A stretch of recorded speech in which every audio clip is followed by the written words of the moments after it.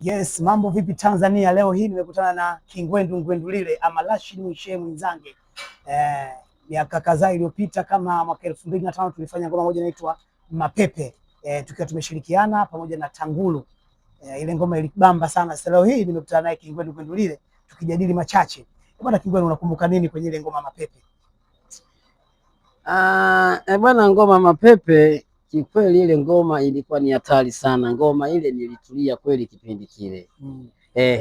Kwa sababu kile kipindi kilikuwa matukio ya ajabu ajabu tu na nini, mara watoto wanachika, mtoto wa kike au mara kafanya hivi na nini. Unaona? Kipindi hicho watoto wa kike walikuwa wanavaa vimini, unaona bwana. Kwa hiyo nilikuwa naelimisha kwamba vimini, ukivaa kimini mbele ya babako mzazi au mbele ya familia na haipendezi. Lakini sasa hivi imekuwa ni fashion. Lakini kipindi kile unaweza ukakemea vitu kama hivi wana vikaisha. Kama vilishaga ikaja dela sasa hivi. Na kweli nilikemea kwa kutumia nyimbo yangu ya Mapepe, jatulia udem Mapepe. Na kijiangalia kweli la duniani. Basi kasa bwana, nyimbo inanikumbusha mbali sana, na nyimbo ile kwa kweli imenipa manufaa mengi sana. Nyimbo ile imenipa jina sana, imenitambulisha sana East Africa, Afrika nzima, pia naweza kusema na duniani pote, kwa sababu nikisema na duniani nina washabiki mpaka Ulaya. Sio washabiki tu pekee, na nimeshafika Ulaya vile vile, nishapiga mashow sana Ulaya, South Africa, Omani, bwana, na kwingine mingi, Mozambique, Msimbo de Praia, wapi kama kawaida. Maisha yameendelea. Sasa kwa nini ngoma ilikuwa ngoma moja tu ile? Mbona baada ya hapo ulifanya ngoma nyingi, lakini kwa nini zilikuwa hazijahiti? Kwa nini ilikuwa Mapepe peke yake? Ile ngoma ilikuja kwa muda, kwa muda wake maalum. Yaani imekuja kwa wakati. Unaona bwana, zile tungo kipindi kile zimekuja kwa wakati, kwa sababu kama unakumbuka kuna tungo nyingine hivi sogea. Unaona bwana? Kuna bwana mdogo aliimba Kiziwi. Binti Kiziwi. Anaitwa Piko nadhani.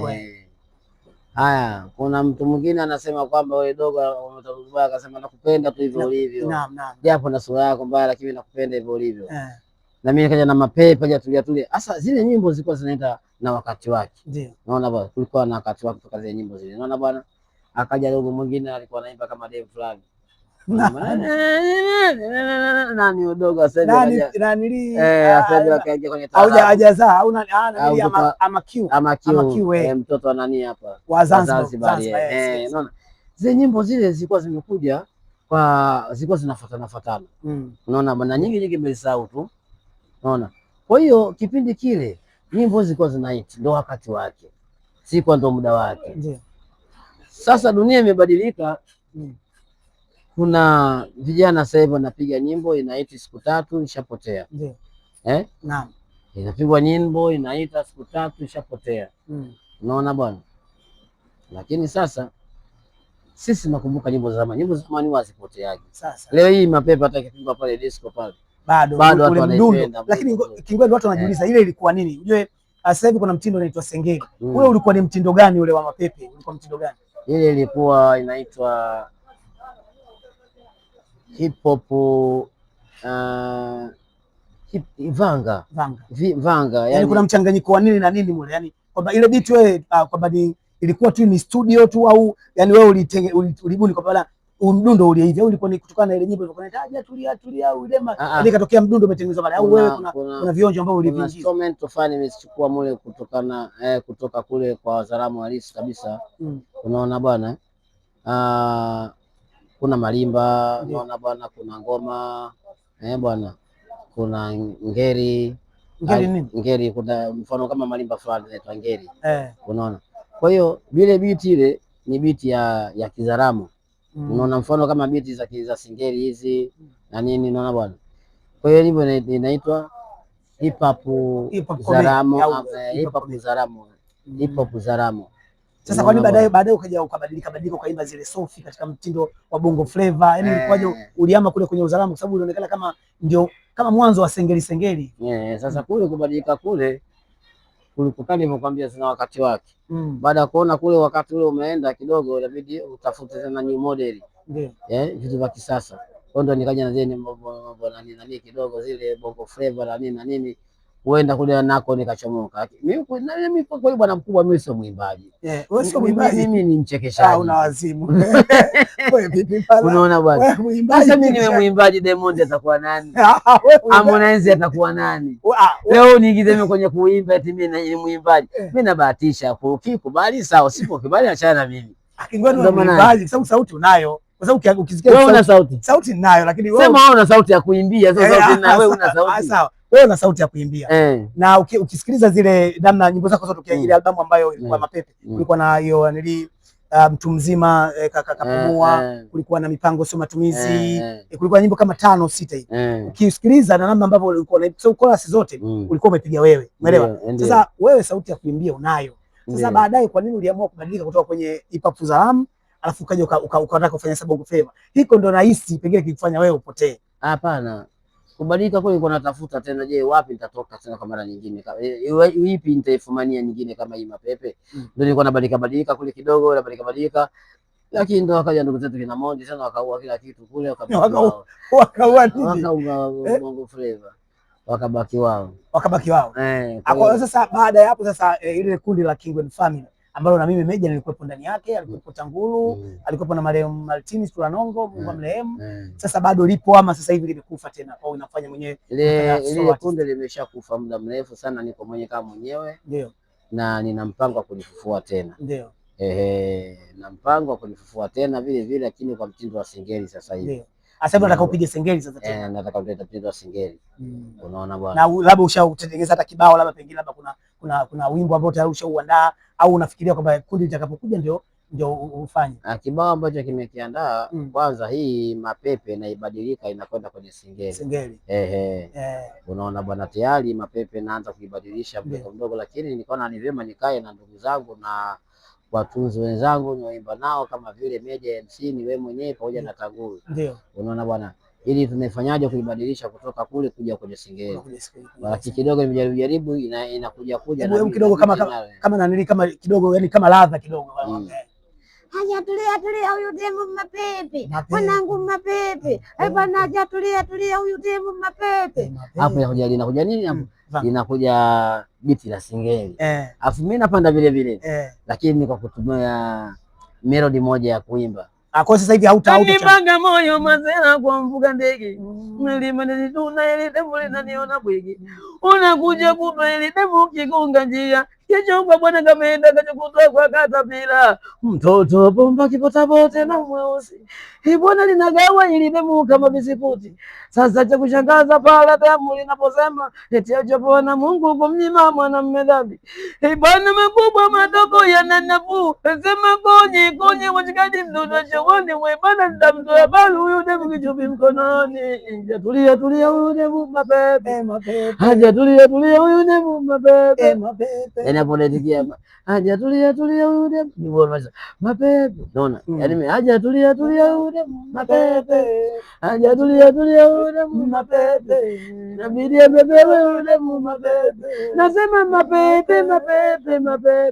Bwana Mapepe. Bwana bonge moja la song, bonge moja la nyimbo. Masikini Meja nakupa mimi najiona. Huyu demu sijui nimpe nini. Atake nini huyu demu nimtania lile. Huyu demu mnabebelu. Hiyo tunabadilisha kutoka kule unakuja kwenye singeli. Nadhani tutaweka melody nyingi tu na duniani itaenda vizuri tu. Tukirudi kwenye upande wako wa comedy sasa, maana nimeona kuna vichekesho vingi unavifanya YouTube, unafanyaje? Sasa umetoka sasa hivi kwenye TV, yani hauonekani TV tangu kipindi cha Kaole Sana Group. Ndio. Umejitafuta mwenyewe. Kwa nini umetoka kule kwenye kundi sasa hivi unaamua kufanya mwenyewe? Yani mambo ya makundi hayalipi kwa sasa. Au sijakuona hata kwenye tamthilia yote Kingwen. Ni kweli katika makundi kwa kweli sasa hivi hayalipi na majungu mengi unakuwa ni problem. Na kuniona kwenye tamthilia yote kwa sababu sasa hivi kila mtu anatunga yeye mwenyewe. Unaona bwana, anaandika naambie ma something. I'm sorry. Unaona bwana? So kwa zamani kipindi kile unaonekana sana sasa mtu anaandika afa anakuita bwana, hii hapa anataka akae fulani. Ndio. Akikaa fulani hapa mambo yanaenda fulani. Unaona? Kwa hiyo akishakuita mnaingia mkataba. Unachukua chako ile chobaki kama kuingiza YouTube na nini ni mpango wa kipindi hicho. Ndio. Tunamaliza nayo kwa maana Sasa hivi mtu anafariki dunia, msanii akiwa unakuta una haki. Una haki kwa sababu ulikuwa unauza yote moja kwa moja. Yaani ulikuwa unauza hati miliki zote. Unaona bwana.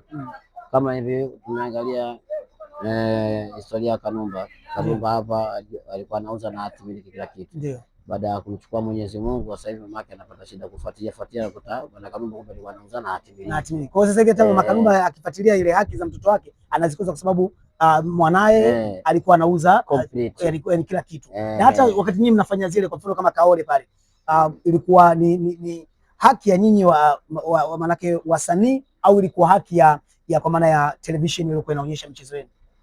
Ile pale kwa haki ya wasanii, kwa sababu yule hatujaingia mkataba kwamba hii itakuwa inaonyesha kule moja kwa moja. Hii ni haki ya wasanii, lakini sasa je, wewe unaweza kuchukua ile michezo sasa hivi ukaitumia wewe kwa manufaa yako? Maana ukachukua zile rekodi za mwanzo ambazo mlikuwa unazifanya kipindi kile mnafanya, nadhani Mizengo ulipita sana ulipita Mizengo. Yes. Sasa unaweza ukaichukua ile kazi sasa hivi ukaitumia kama wewe Kingwendu, kwa maana usema kama ni haki ya msanii. Kwa sasa hivi huwezi, kwa sababu kipindi kile ilikuwa ni haki ya msanii, lakini baadaye ikaja wakabadilisha wanapojua wenyewe ikawa haki ya nani ya TV. Ndio. Unaona bwana. Kwa hiyo wamebadilisha, lakini kipindi kile ilikuwa tunaacha kwamba haki ya nini ya wasanii kama kawaida na nini, lakini sasa hivi ishakuwa hivyo. Kwa hiyo la msingi sasa hivi sisi wasanii tunakosa haki zetu kutokana na hivyo, na mimi nishajifunza kitu. Naam. Sitaweza kufanya kama vile zamani ninauza na hati miliki yote. Unaona bwana. Kwa hiyo kwa sasa uko unafanya YouTube sasa hivi. Kwa hiyo kutokana kuonekana kwa sababu nini kama hivyo ninavyokuambia, mpaka mtu akuite labda, lakini sasa hivi mwenyewe nafanya mambo ya YouTube na vile vile natengeneza movie na mpango kutengeneza movie, sababu tayari natarajia kupata vyombo vipya vya kisasa, vifaa vipya vya production vya kisasa kabisa. Unaona bwana, ndio maana sijapeleka movie yote pale nani Azam, kutokana ni kwa sina vifaa vya kisasa. Sasa ni movie kwa maana ya tamthilia au kwa maana ya comedy kama ambavyo umezoea kucheza hivi? Kingwendu unaweza kucheza serious wewe, ili kucheza kama baba ile baba wa familia nini? Sana vizuri sana tunaweza hiyo vizuri. Yaani kama baba familia, kwamba umerudi sasa baba sasa, hao unaocheza nao kwa maana ya characters za wengine kwa maana ya casting, wanaweza wakavumilia wasicheke wanapocheza na Kingwendu kama baba sasa ndo karudi kazini au umefumania? Vumilivu upo, kwa sababu sichezi comedy, nacheza kama baba kawaida. Kwa hiyo kama ukicheza comedy mtu anaweza kafurahia na akacheka kama mzee comedy, lakini hivi kwa watu unavyoongea mimi na wewe nani ni kawaida sana. Naona bwana, siwezi kusema ukacheka kama hivi ninavyoongea, uwezi kusema Kingwendu unacheka. Sasa mimi wewe unacheka hivi kuangalia unacheka sawa, kwa sababu nimekuzoea na nishafanya kazi miaka mingi sana, wewe unajua, lakini siwezi kucheka kwa sababu nishakuzoea. Lakini kwa mtu mwingine akikuona tu hivi, yaani kukuona tu sura yako ucheshi, na hiyo sauti nyembamba hiyo ambayo unaitumia kwenye comedy, hii imetoka wapi? Yani ni ubunifu. Ile ni ubunifu, lazima msanii utakuwa mbunifu. Hamna sehemu ulioiga labda? Hakuna sehemu yote, angalia hata wapi, hakuna mtu yote. Mimi ndo mwanzilishi na mimi ndo mbunifu. Ile sauti wengine ndo wanaiga kwangu. Kingwendu bado unavaa yale matambala kama ya zamani, kwamba comedian wa zamani alikuwa lazima uvae nguo za kike au uvae kama ulivyokuwa unafanya. Sasa hivi bado unaendelea kufanya? Na kwa nini kipindi kile ulikuwa unafanya vile? Kipindi kile nilikuwa naenda na wakati wake, kama nilivyokuambia zamani, uonekane msanii zaidi, japo nachekesha, lakini ukiongezea na udambu kidogo unazidi kuchekesha zaidi. Unaona, ni mchekeshaji, lakini ukiona amevaa kiatu cha ajabu chini, amevaa vitu fulani, mwenyewe nilikuwa nabudi kwamba kichana hivi na nini, hata makapelo marefu yale na nini. Kwa hiyo mtu akiniangalia na vile nakuchekesha, basi tayari anazidi kunogewa. Unaona bwana, ile ni udambu. Unaona bwana, lakini sasa hivi tunaenda na wakati. Sasa hapo nilipo kwa unavyoniona, na unaweza kuchekesha yani hapo, yani japokuwa umevaa kama hivi kama kawaida. Na hata YouTube ukiingia unikuti sana. Ni siku moja washabiki wanasema tukumbushe zamani kidogo, vaa mavazi yake kwenye comment kule, siku moja sana. Tutashikali bwana, tukumbushe bwana kipindi kile bwana, vaa mavazi yako ya kazi bwana. Ndio siku moja navaa mavazi ya kazi yale, na utafurahi. Naongea sana sasa hiyo, lakini sana sasa hivi tunaulamba vizuri, tunachekesha mtu, lakini kwa umeulamba vizuri tu. Unaona bwana. Sasa Kingwendu, ulimi wako unavyotoaga ni mrefu au ni ubunifu? Yaani ni kwamba wewe ulimi wako ni tofauti na wanadamu wengine ama ni nini? Yaani make unavyotoa wakati mwingine unafika mpaka puani. Alhamdulillah rabbil alamin. Na ule ni ubunifu. Sio kama ulimi ni mrefu. Kwa mtu yeyote anaweza kufanya kama unafanya. Anaweza. Hebu tuonyeshe kidogo mtindo. Muona kazi alafu ulimi wa kazi ndio. Usipende kutoa ulimi wote, nionyeshe ile ndio ulimi wa kazi. Ikiwa kazini ndio ulimi unatoka. Ila hapo wewe ndio uniforce mimi nimetoa ulimi. Ulimi wa nini? Ulimi wa kazi. Bwana, basi asante sana ndugu yangu. Naona hapa kidogo nina kiu ya maji. Wewe nikapate maji. huenda tukaulizana baadaye, ameweka ndo forever, si ndio?